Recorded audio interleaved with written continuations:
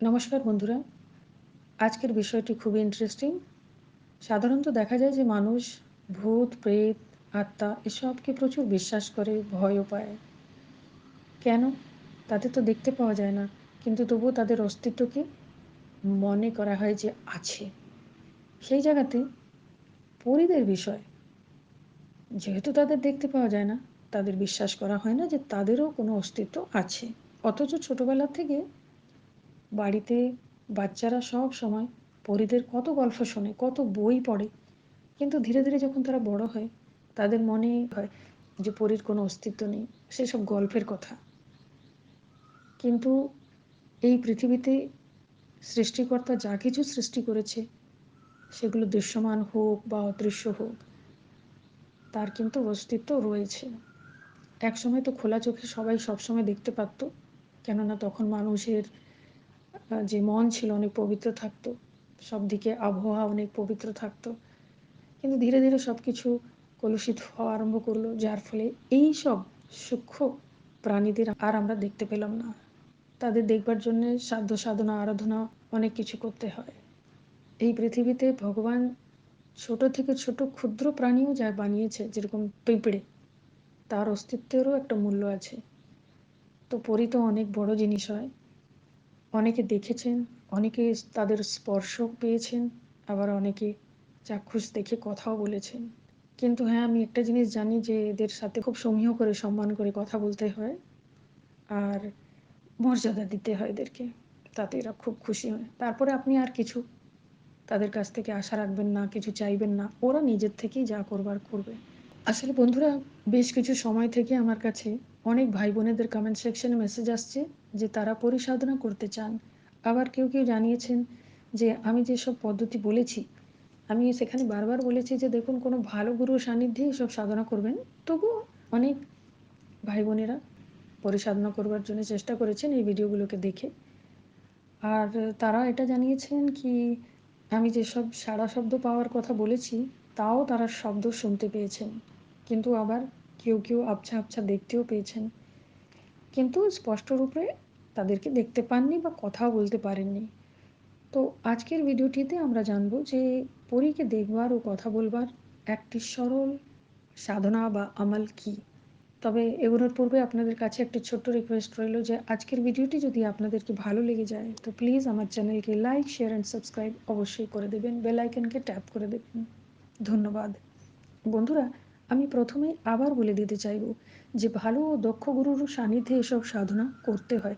যেহেতু আমি জানি, তাই আমি এগুলো বলে থাকি।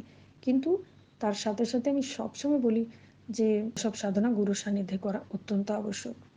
আমার এই সব বিষয়ের ভিডিওগুলো দেখলে তাদের বিষয়ে অনেক কিছু জানতে পেরে যাবেন। আমি যা বুঝেছি, সাধকের মন ও ধৈর্যকে তারা, অর্থাৎ পরি বা অপ্সরা, এরা কিন্তু খুব ভালো করে জাজ করে থাকেন। এক সাধক যখন থেকে পরিসাধনা করা আরম্ভ করে, তখন থেকে কিন্তু তারা সাধকের আশেপাশে ঘোরাফেরা করেন। এমনকি তার বাড়িতেও পর্যন্ত তারা গিয়ে সব কিছু দেখে বুঝে এসে থাকেন। পরি অপ্সরাদের আরও একটি প্রায়োরিটি থাকে যে সাধক যেন মনের দিক দিয়ে, স্বভাব চরিত্রের দিক দিয়ে সৎ মানুষ হয়। তো তাই যেসব ভাই বোনেরা তাদের সাড়া শব্দ পেয়েছেন, আবছা আবছা দর্শনও করেছেন, আর আমি এটাও জানি যে কেউ কেউ হয়তো হালকা হালকা স্পর্শ বোধ করেছেন। তো এই সব প্রতিক্রিয়ার দ্বারা এই স্পষ্ট হয় যে সাধক একটি ভালো মানুষ। তো এখানে এই প্রশ্নটি উঠে যে তাই যদি হয়ে থাকে, তো তাদেরকে দেখতে পেলাম না কেন, কথা বলতে পেলাম না কেন?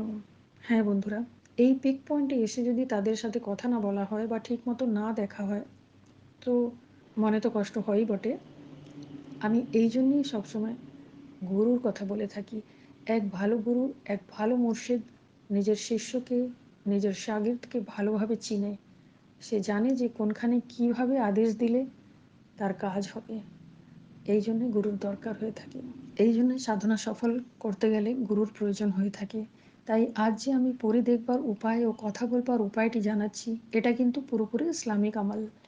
এই সাধনাটি মাত্র 7 দিনের। আসুন তাহলে বিধিটা জেনে নেই যে বৃহস্পতিবার দিন থেকে এই সাধনাটি আরম্ভ করতে হয়। সাধক সন্ধ্যের পরে একটি ছিমছাম জায়গাতে, নিরিবিলিতে, সেটা নিজের রুমও হতে পারে, সেখানে এক নিশ্চিত টাইমে এই 7 দিন টাইমটা যেন এক থাকে, বসবে। যেটা কি সবাই জানে যে ধূপ ইত্যাদি একটু লাগিয়ে নিতে হয়। আর বেশি কিছু করার দরকার নেই।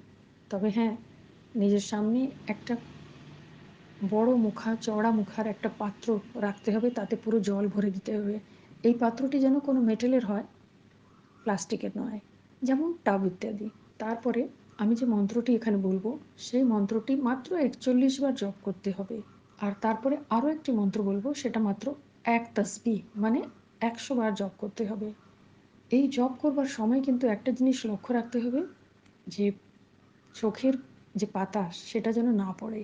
প্রথম মন্ত্রটি জপ করার পরে একটু রেস্ট নেবেন, চোখ স্বাভাবিক করবেন, ভালো মতন দেখবেন, তখন আপনি পাতা ফেলতে পারেন। আবার যখন দ্বিতীয় মন্ত্রটি জপ করবেন, তখন কিন্তু আবার পাতাটা ফেলবেন না। এই যে জলের পাত্রটা বললাম, এই জলের পাত্রেই আপনি পরীর ছবি দেখতে পাবেন। আর যেই পরীর মুখটা দেখতে পাবেন, চোখটা পট করে বন্ধ করে দিয়ে আপনার মনে যে প্রশ্নটা আছে সেটা জিজ্ঞেস করে নেবেন। আপনি দেখবেন কিছুক্ষণের মধ্যেই আপনার প্রশ্নের উত্তর আপনি পেয়ে যাবেন। তারা সেটা ব্যবস্থা করে দেবে। এই কাজটা কিন্তু তাদের। তারা আপনার প্রশ্নটা শুনে তার উত্তরের ব্যবস্থা, সে সমস্যা সমাধানের ব্যবস্থা, এগুলো কিন্তু তারা করে দিবে। এটা দায়িত্ব তাদের পুরোপুরি। মন্ত্রটি হচ্ছে হাসবুনাল্লাহি ওয়া নি'মাল ওয়াকিল। এটা মাত্র ৪১ বার পড়তে হবে। আর পরের মন্ত্রটি হচ্ছে ইয়া ওয়াদুদু। এটা এক তাসবিহ পড়তে হবে। এবার আসুন, এই আমলের বিষয়ে কিছু বিশেষ কথা আমি এখানে আবার একটু বলে দিই। নাম্বার 1, এই আমলটি 7 দিন কন্টিনিউয়াসলি করতে হয়। নাম্বার 2, 7 দিনের মধ্যে যদি পরীর দর্শন হয়ে গেল, তো সাধনা বন্ধ করে দিতে হয়। নাম্বার 3, মহিলাদের ডেটকে লক্ষ্য করে এইসব সাধনা করতে হয়, যাতে 7 দিন কন্টিনিউ সেই সাধনাটা করা যেতে পারা যায়। নাম্বার 4, একদিনও যদি কোনো কারণে বাধা পড়ে যায়, তো সাধনা বন্ধ করে দিতে হয়। নাম্বার 5, অনেক সময় প্রথম দিন পরীর জায়গায় জিন্নে চলে আসে, তো তাকে চলে যাওয়ার জন্য প্রার্থনা করে সাধনা ইমিডিয়েট বন্ধ করে দিতে হয়। এখানে আমি আরেকটি ইম্পর্ট্যান্ট কথা বলে দিব, যে এই সাধনাটি 7 দিন আপনি করলেন আর তাতে সফল হয়ে গেলেন, তো তারপরে আবার যখন আপনার পরীর কাছে কোনো প্রয়োজন থাকবে আর আপনি তাকে ডাকতে চাইছেন, তো তখন এই সাধনাটি কেবল 1 দিন করলেই কাজ হয়ে যাবে। পরী হাজির হবে, আপনি তাকে আদেশ দেবেন, সে আপনার কাজ অবশ্যই করে দেবে।